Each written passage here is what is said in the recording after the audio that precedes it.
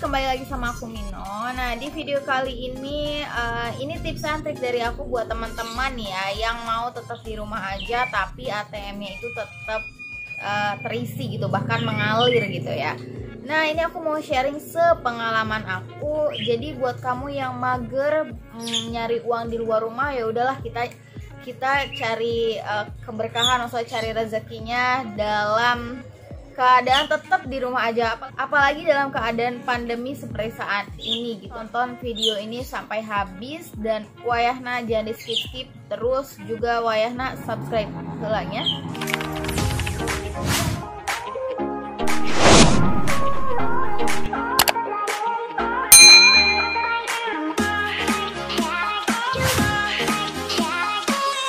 Yang pertama adalah jasa edit CV. Nih buat teman-teman yang punya laptop, dimanfaatkanlah laptopnya. Sebenarnya untuk jasa edit CV ini bisa menggunakan laptop atau HP sih, tapi lebih mudah menurut aku mungkin di laptop ya gitu. Oke, kenapa aku nyaranin untuk teman-teman buka jasa edit CV gitu ya? Sekarang tuh udah zamannya apa-apa kayaknya kirim CV. Contoh kayak lamar pekerjaan, terus ikutan acara kayak event-event kayak keluar negeri dan lain sebagainya, itu juga kayak memerlukan biodata pribadi kita, tapi dengan CV yang dengan tampilan yang menarik gitu. Terus yang ketiga misalnya pendaftaran beasiswa ya dan lain sebagainya. Jadi memerlukan banget CV di sini gitu. Nah, kemudian ini adalah kesempatan kita buat yang mau di rumah aja tapi tetap ngehasilin uang gitu ya dengan cara yang halal gitu. Ini aku udah lakuin ini, maksudnya ini sepengalaman aku dan alhamdulillah nggak sedikit orang yang membutuhkan jasa ini gitu teman-teman. Karena ya udah sih maunya simpel aja gitu, ada yang ngebikinin terus CV-nya cantik gitu ya. Dan dia langsung lamar kerja kayak gitu-gitu loh. Ya udah zamannya HRD pengennya lihat CV yang menarik gitu. Sekali lirik ACC bosku gitu loh teman-teman ya. Jadi rekomend sih menurut aku. Dan untuk masalah fee pengeditan CV variatif, contoh untuk di pengiriman bentuk PDF itu misalnya 30.000. Nah, kalau misalnya beserta PDF beserta Word-nya itu teman-teman bisa kasih biaya 40.000 gitu. Oke, dicantumin aja lah price list-nya, terserah teman-teman. Yang kedua itu menjadi penerjemah. Mungkin bahasa kerennya translator gitu ya. Oke, ini buat teman-teman yang punya keahlian bahasa, contoh bahasa Inggris, bahasa Arab, bahasa Mandarin dan lain sebagainya. Coba manfaatkan keahlian kalian gitu. Ini juga nggak sedikit teman-teman yang butuh hal ini. Contohnya ada tugas di kuliah untuk translate tugas mata kuliahnya lah ya, atau misalnya skripsinya harus ditranslate ke bahasa Inggris gitu. Mungkin ada teman kalian yang nggak bisa. Nah, makanya kamu memanfaatkan peluang ini untuk buka jasa penerjemah. Dan untuk biaya kalian bisa buat price list sendiri lah ya, variatif. Contohnya nih, edit satu halaman dalam waktu 1 hari 50.000 gitu. Berarti terus kalau misalnya satu halaman 2 hari, itu kan maksudnya kita harus menunggu keesokan harinya kan. Nah, itu fee-nya kalian misal kurangin lagi jadi 40.000 kayak gitu-gitu loh teman-teman. Dan kita langsung lanjut, yang ketiga adalah desain grafis.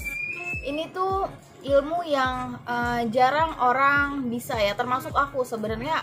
Aku juga nggak bisa gitu untuk desain grafis yang harus menggunakan Corel Draw, terus harus menggunakan Photoshop kayak gitu-gitu. Maksudnya masih belajar lah.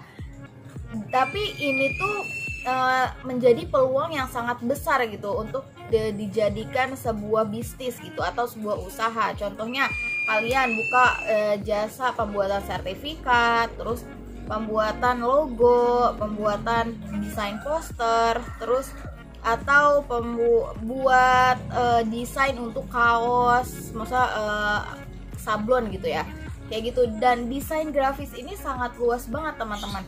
Jadi untuk kamu yang bisa Photoshop, Corel Draw dan lain sebagainya, Canva, PictArt kayak gitu-gitulah ya, Kalau aku sih cuman bisa di HP lah, untuk kayak pembuatan thumbnail, cover YouTube dan lain sebagainya itu aku masih gunain HP, belum ke Photoshop. Ini aku tuh mau belajar untuk terjun di Photoshop, dan ini apa sih, bisnis yang kayaknya cuma di depan komputer, terus waktunya fleksibel, kita di rumah aja tetap dapetin cuan gitu. Jadi semangat buat kamu yang punya keahlian Photoshop dan lain sebagainya ya, dimanfaatkan sebaik mungkin kemampuanmu. Oke, kita lanjut. Yang keempat adalah membuka jasa ketik. Nah, kalau misalnya ngetik nih, bisa lah ya di Word kalian ngetik. Ya tergantung dengan seberapa banyak yang harus kita ketik. Misal 10 halaman kah, 2 halaman, 3 halaman, dan lain sebagainya. Itu tergantung dengan banyaknya yang harus kita ketik. Itu juga perlu kita buat price listnya. Misalnya 10 halaman kita bikin biayanya adalah 30.000 kayak gitu loh. Atau nih, menurut aku teman-teman yang mahir di masalah skripsi gitu ya, waktu di kampusnya pintar untuk mengerjakan karya ilmiah, itu juga bisa dimanfaatkan gitu. Karena kadang nggak sedikit sih mahasiswa yang buntu atau butuh bantuan untuk mengerjakan skripsi. Itu kalian bisa terapkan itu. Kelima adalah ngajar les di rumah. Nih, ini beda ya ketika ngajar les yang harus door to door gitu ke rumah muridnya. Nah, karena keadaan yang sekarang lagi kayak gini yang mengharuskan kita untuk tidak keluar rumah terlalu banyak gitu ya, makanya mungkin diganti gitu, strateginya diganti. Jadi murid yang datang ke rumah kita, bukan kita yang datang ke rumah murid gitu. Dan ini menurut aku lumayan gitu ya.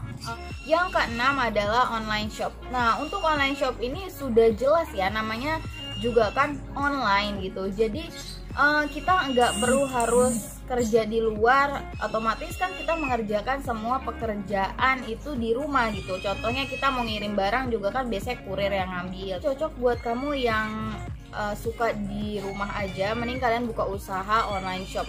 Sekarang tuh udah banyak cara lah ya, kalian bisa jualan melalui toko orange, toko hijau, toko apalagi warnanya banyak ya. Jadi dicoba itu untuk online shop ini. Dan kalian sebenarnya nggak perlu harus di marketplace sih, kayak misalnya di WA juga bisa, di status kalian kan. Kalau misalnya punya banyak teman di WA nih, kemungkinan besar usaha kalian yang online itu ya berpengaruh banget gitu loh teman-teman. Yang ketujuh, ini yang terakhir adalah endorse. Nah, kalau yang endorse ini mungkin teman-teman harus punya banyak followers di akun tertentu. Contoh, kalian punya banyak followers di Instagram gitu ya. Biasanya itu nanti toko-toko sebelah gimana sih ngelirik kalian untuk mengiklankan produknya. Semangat. Intinya kamu bisa pilih lah dari 7 ini yang cocok di kamu tuh yang mana gitu ya. Dan alhamdulillah mungkin dari 7 ini aku udah coba 5 lah ya. Kecuali yang skripsi aku nggak lakuin itu karena mungkin aku belum bisa. Kemudian online shop aku udah aku lakuin.